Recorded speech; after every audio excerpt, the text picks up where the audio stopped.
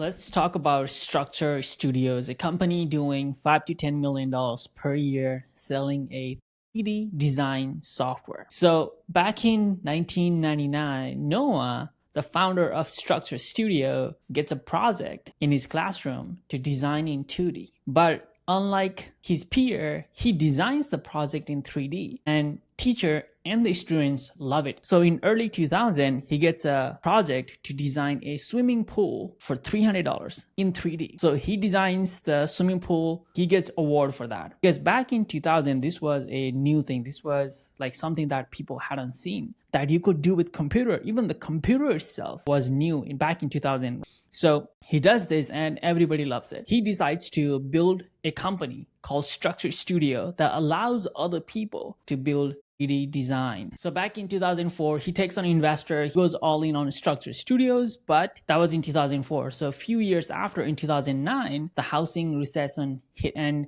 it really almost brings his company to bankruptcy. But one of his software, Pool Studio, was bringing in constant revenue that they could be on business. So in 2010, he gets tired of investor telling him to grow and grow and grow. So he buys all of them out. So he puts together a money and he buys all of his investor out so that he now becomes the sole owner of the company. One of the problems that he was having is growing the company. Like, they have a great software. They do fantastic work, but it is just not growing. It is just not evolving. So they hire a marketing expert to help Structure Studio market better. And they realize that you are not selling a design software. You're selling a business growth tool. So they were selling a design software, but after they realized their messaging was wrong, now they're like, use this design software to close more deals, to get more pool projects, right? So they were selling to contractors. So they could use this design software